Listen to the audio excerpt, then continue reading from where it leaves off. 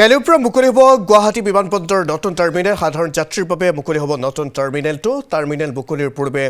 মুখ্যমন্ত্ৰীগৰাকীয়ে Facebook live এই মুহূৰ্তত অব্যাহত ৰাখিছে মুখ্যমন্ত্ৰীগৰাকীয়ে নতুন টাৰ্মিনেলৰ ভিতৰ চৰা ৰাইজক দেখুৱাইছে এই মুহূৰ্তত আমি পোনপটীয়া সম্প্ৰচাৰৰ মাজতে আপোনালোকক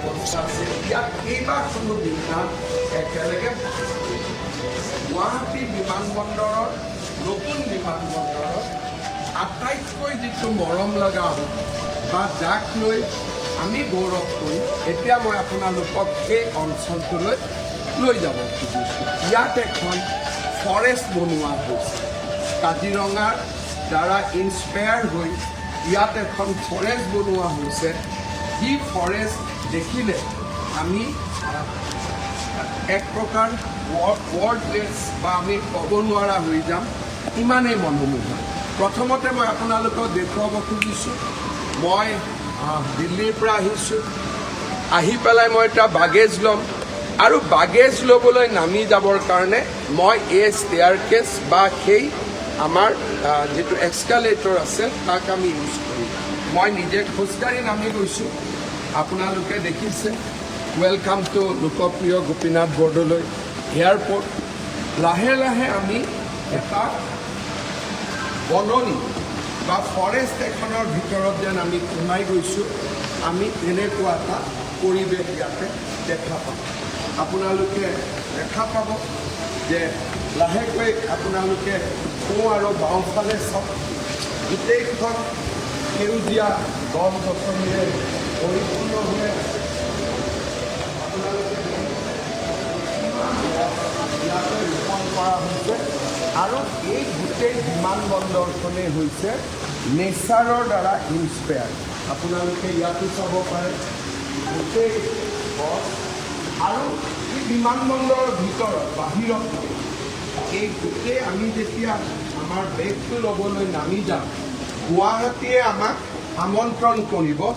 আৰু নামাৰ লগে লগে আমি গম পাম যে আমি এনেকুৱা এখন ৰাজ্যত আহিছোঁ য'ত কাজিৰঙা আছে মানস আছে পবিতৰা আছে ওৰাং আছে আপোনালোকে চাওক চাৰিওফালে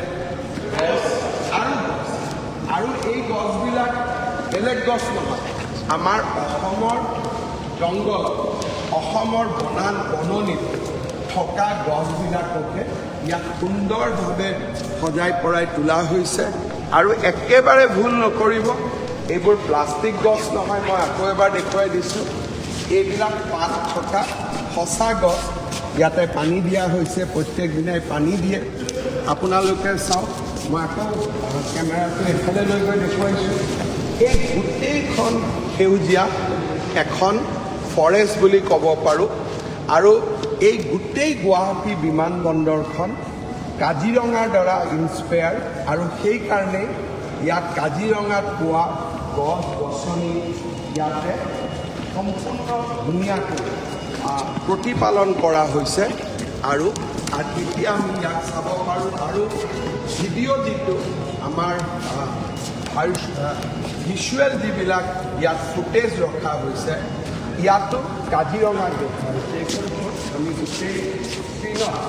সঁচা কাজিৰঙাখন আমি এতিয়া দেখা পাই আছোঁ গোটেই ইয়াতে থিয় হৈ বাগেজ ক্লেইম কৰিব যোৱাৰ আগতে খন্তেক সময় যদি ইয়াতে আমি থিয় দিওঁ আমি এইবিলাক সুন্দৰ হাতী কাজিৰঙাৰ বাঘ কাজিৰঙাৰ চৰাই গোটেইখন কাজিৰঙা আৰু এইখিনি যদিও আমি ভিডিঅ'ত চাই আছোঁ বা ৰেকৰ্ডেড চাই আছোঁ সোঁ আৰু বাওঁফালে যেতিয়া আমি চকু দুটা লৈ যাম ই কিন্তু সঁচা বননি এখন সঁচা বননিৰ মাজত ইয়াক ভিডিঅ' প্ৰজেকশ্যন কৰা হৈছে এতিয়া আমি বাগেজ ল'বৰ কাৰণে গৈ আছোঁ কিন্তু ইয়াতো আমি ফৰেষ্ট এখন দেখিলোঁ বাগেজ ল'ব যাওঁতে আমি দেখা পাইছোঁ চাৰিওফালে ফৰেষ্ট গছ গছনি আৰু এটা সম্পূৰ্ণ নৈসৰ্গিক পৰিৱেশত আমি যাতে গুৱাহাটীত প্ৰৱেশ কৰিব পাৰোঁ মানুহে প্ৰৱেশ কৰাৰ লগে লগে বুজি পায় যে অসম এখন প্ৰাকৃতিক সৌন্দৰ্যৰে পৰিপূৰ্ণ ৰাজ্য সেই ফিলটো এয়াৰপৰ্টত এৰাইভেল লঞ্জত দিবৰ বাবে চেষ্টা কৰা হৈছে আৰু আপোনালোকে দেখি ভাল পাব যে ইয়াত যিমানবিলাক ভিডিঅ' প্ৰজেকশ্যন আছে অসমৰ মুখা, অসমৰ বিহু, অসমীয়া সত্ৰ শিল্প, আমাৰ ব্ৰহ্মপুত্ৰ, এই গোটেইবিলাক ইয়াত প্ৰজেকশ্যন কৰা হৈছে। বাহিৰৰ পৰা অহা অতিথিসকলৰ বাবে ধুনীয়া এটা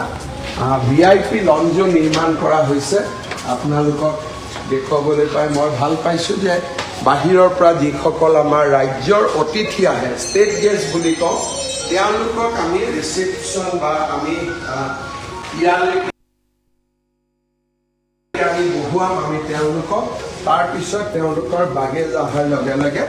তেওঁলোক যাব পাৰিব। এইখিনি অকণমান অভ্যৰ্থনাৰ বাবেও সুন্দৰ লঞ্চ এটাও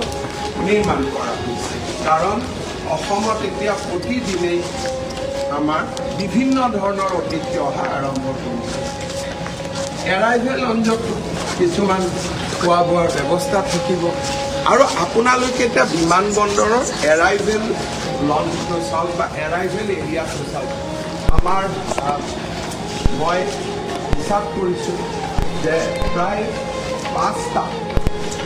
আমাৰ এৰাইভেলৰ যিটো লাগেজ ক্লেইম কৰিব পাৰোঁ, এনেকুৱা 5খন বিমান বা 5টা